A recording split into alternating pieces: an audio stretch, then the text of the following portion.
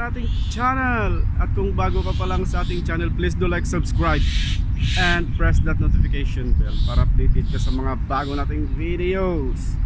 Well mga kaibigan, katatapos lang ng laban, diba? Shakur Stevenson panalo pa rin at saka unblemished pa rin ang kanyang boxing record. Wala pa rin talo mga kapatid, yeah? Panalo pa rin siya. Pero marami ang nadismaya mga kaibigan sa kanyang performance, diba? Dahil umabot ng 12 rounds at saka may mga rounds na kung saan yung mga fans ay sumisigaw ng boo mga kaibigan. So ibig sabihin, nahihinaan sila at hindi na-entertain.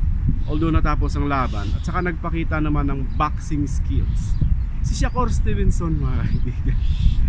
So marahil hindi lang ganun kagaling yung kanyang kalaban, kaya hindi din siya nagpakita ng kagalingan mga kapatid. But anyway, walang knockdown, walang groggy.